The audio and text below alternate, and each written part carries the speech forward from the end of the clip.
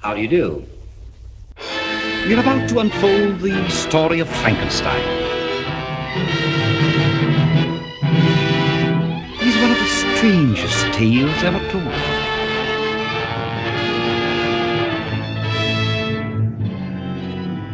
I think it will thrill you. It may shock you. It might even horrify you.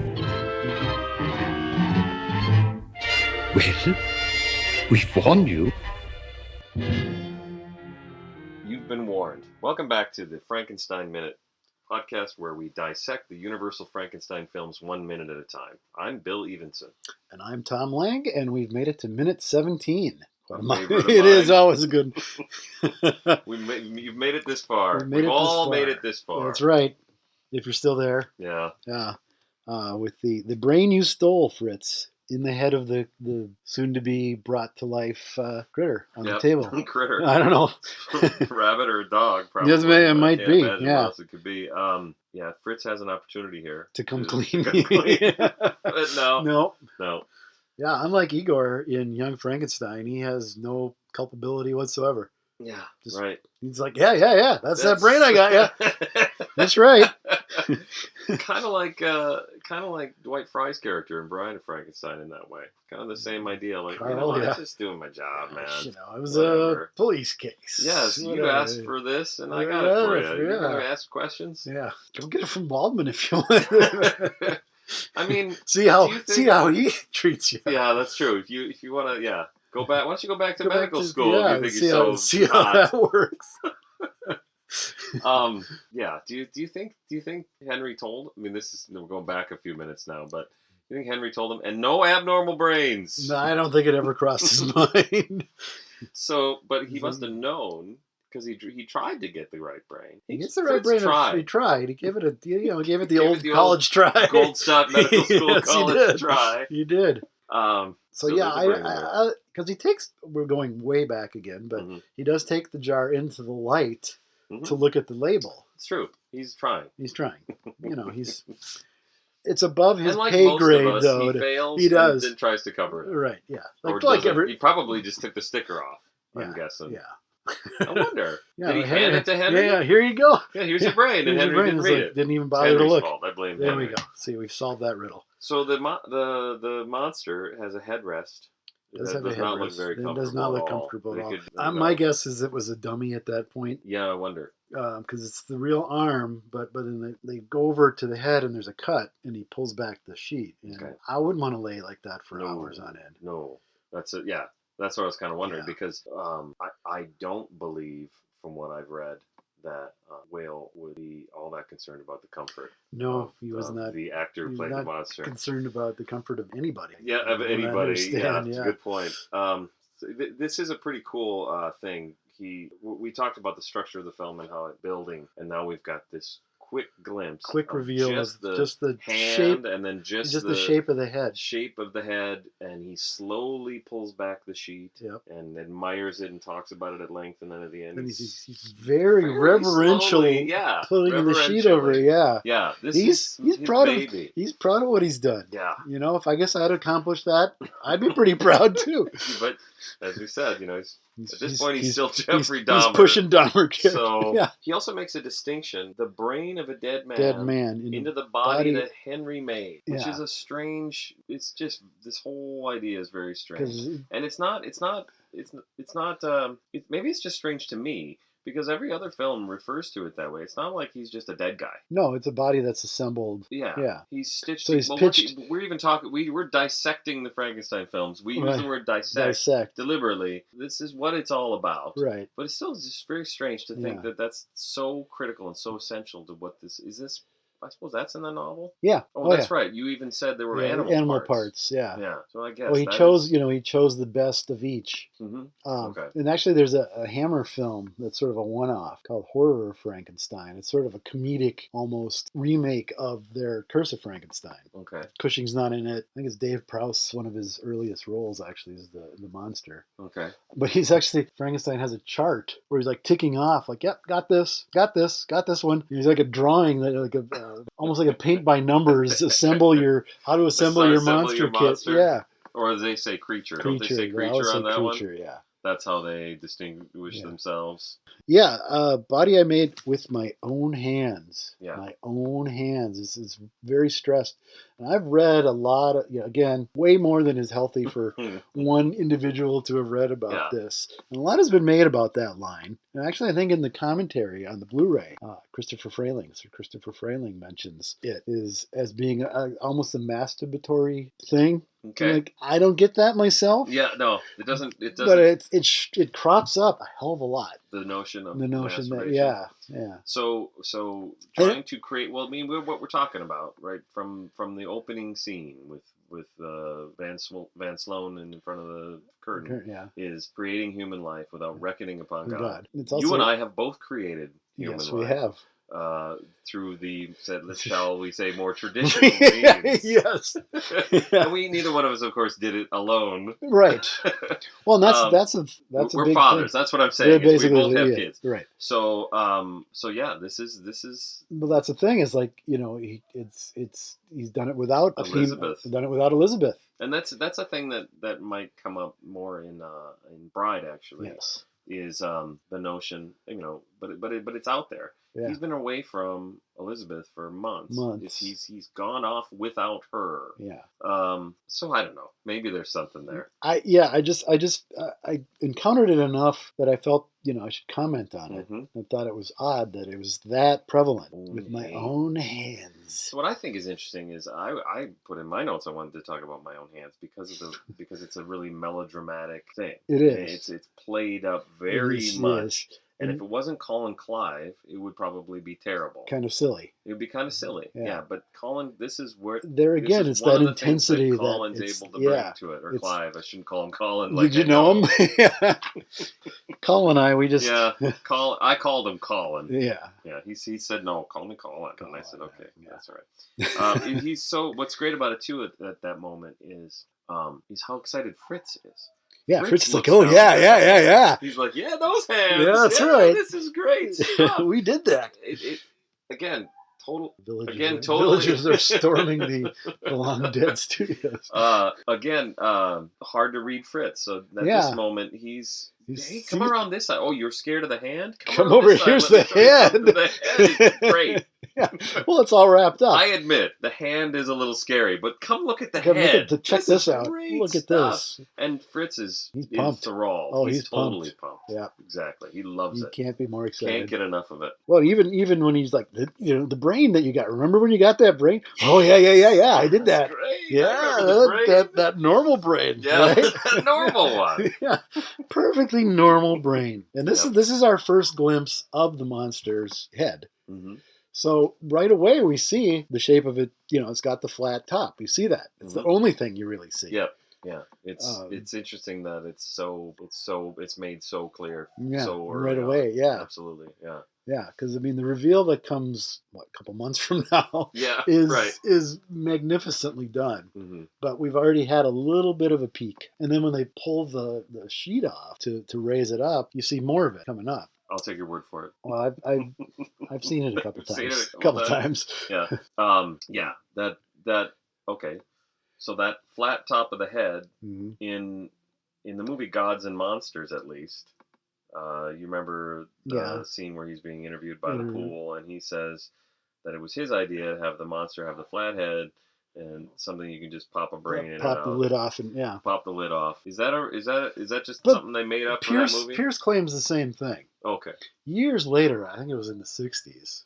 Early 60s before he died. Might have been for Bride. I don't think it was in connection with this. But he said, yeah, well, don't blame me, blame science, because, I've read about how you could remove a brain, and, the easiest way is to just lop the top off, pull it up. But that doesn't make a whole lot of sense. Yeah, because the monster doesn't... His head would be like 3 inches tall from his eyes up.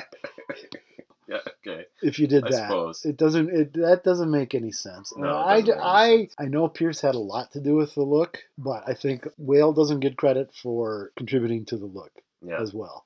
Certainly the outfit that he wears and stuff. There's actually a caricature of James Whale from a play he was in that looks like the monster. He's got the black suit with the short. And it's Whale. It's Whale playing the role, yeah. Oh. And I think he drew the drawing, if I'm not mistaken. So you started to gesture to your arms. So you're saying the The clothes short are a little sleeves, shortened, so that gives you the impression they're yeah, lanky and yeah. too big. Yeah. That And contributes the to big boots. It's all there Yeah. in this drawing from a play from the 20s that he was in. Huh. Man with Red Hair, I believe it was called. I think Charles Okay. Lawton was in it as well. I have not seen this picture. I'll have I've to only find it. ever seen pictures of Whale that make him look really. Well, it's only on the set of this film, and I guess I've seen some on the set of the next film. Seen this, yeah. I should say not the next Frankenstein film, where he looks really sort of detached and. He had that. Yeah, he had sort of that aristocratic sort Yeah, of. he's Yeah. got Aloof. pipe, Yeah. with some tea, Yeah. and that there's stories you hear on set that contribute to that notion of him Yeah. sort of being a little bit aloof. Yeah. And whatever it took, it worked. Yeah. That's the problem I have with those stories. I can't really square that. Yeah. But anyways, I'm kind of taking a tangent here on Whale. But Yeah. No. because you said you saw this picture of him, that's Mhm. like I said. I'll have to find it. I'll find it and Post it in the show it, notes. Post it Post it on Twitter. Twitter, Facebook. Check Twitter. Check Twitter. Check Facebook. Check. What are the We'll see others? if we I can don't get know. the rights to put that on Put that- Instagram. yeah. It's actually LinkedIn. It's actually Follow us on on LinkedIn. LinkedIn. Yeah, it's actually in a book, his biography Okay. of Gods and Monsters. Maybe I don't have that. Anyway, that's where I saw it. So then we see we're going to do a final test. The final Throw test the switches. just means to throw the Throw switches. the switch. See and if it make all sure works. Everything's plugged in. everything's Those plugged in. electrodes are fixed. Did you really fix those Yeah, electrodes? let's throw those find switches. out. Make sure. But he didn't do anything, did he? Did he fix the electrodes? He probably did. Let's assume he did. I think because cowered. he goes off camera and Henry's fiddling with his Dr. Dre beats. That's true. He was over So there. he was over there fixing fixing that. They're all That's- fixed. Yeah, everything's good. cool. We're all good. I thought about this minute, how we should talk about it, and I think we probably want to talk a little bit more about Kenneth Strickfaden and his business a little bit more later, but we should absolutely touch on it now. Yeah. And one of the things I noticed is I don't think that this equipment is running properly. One of the things is running really loud, and I saw sparks coming out of one of the other Sparks are shooting out. I think maybe he's not using it. They're not insulated properly. Or, That's right. Maybe he's not very good at this. It could be the whole, American versus European electrical thing. true. He didn't have the right adapter. That's true. He brought an American. Fritz is American. He's doing everything 110. Yeah, oh, that's why. No, that's the why problem. it's all screwed up. He's got the wrong. He's got the wrong plug-in. So he's rigged something. Yeah, jury rigged something. Something. Well, actually, is that where that phrase comes from? Jerry rigged? I think it comes from jerry rigged. I'd heard jury rigged. German rigged. Is that not true? I don't know. I've always heard jury. I've heard jury rigged too, but I guess I don't know. Maybe it came from jerry rigged.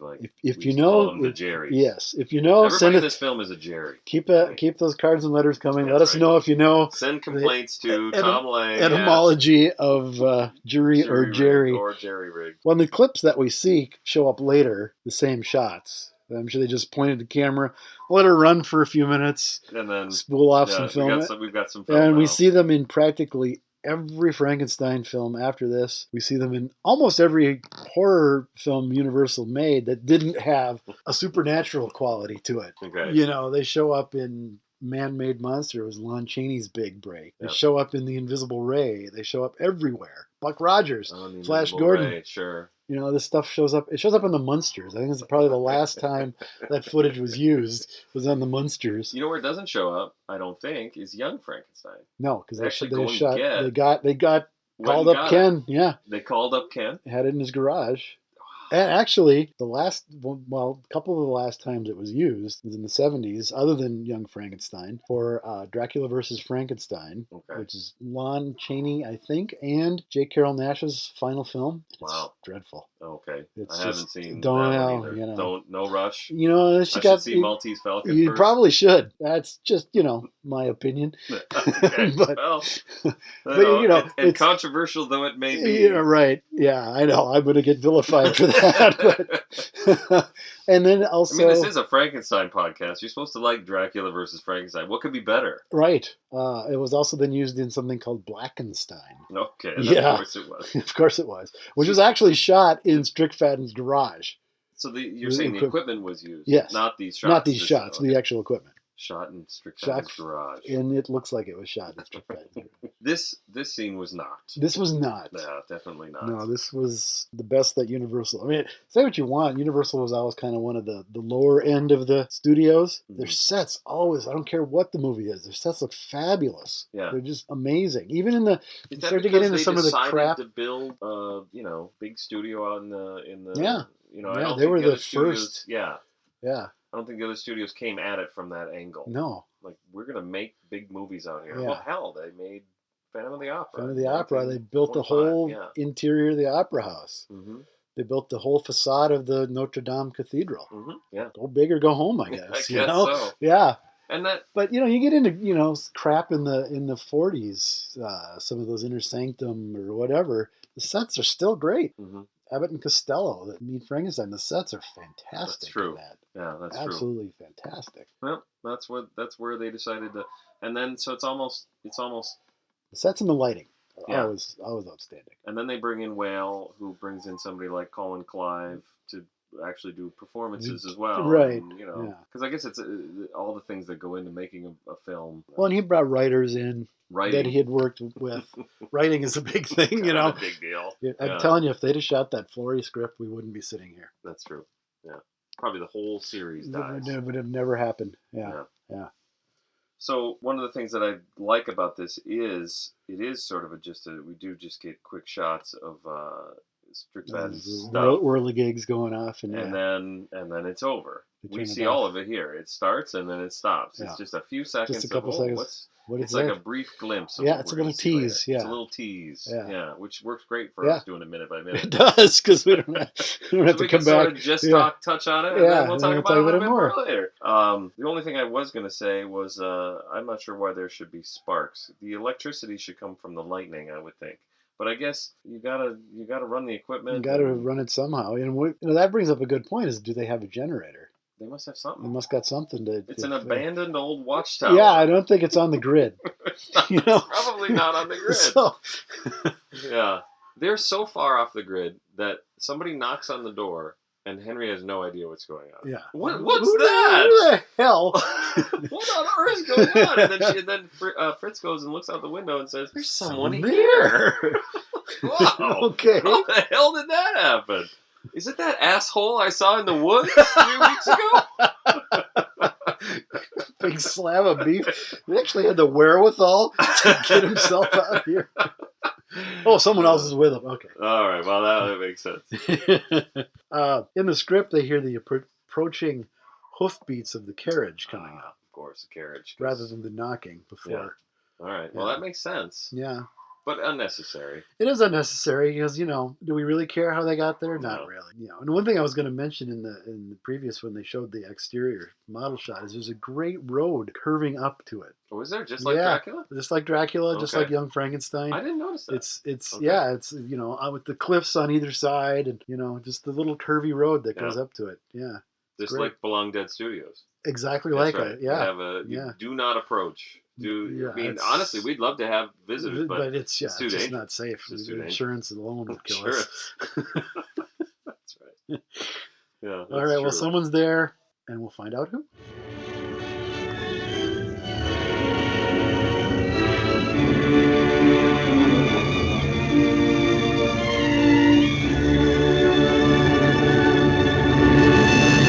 Belong dead.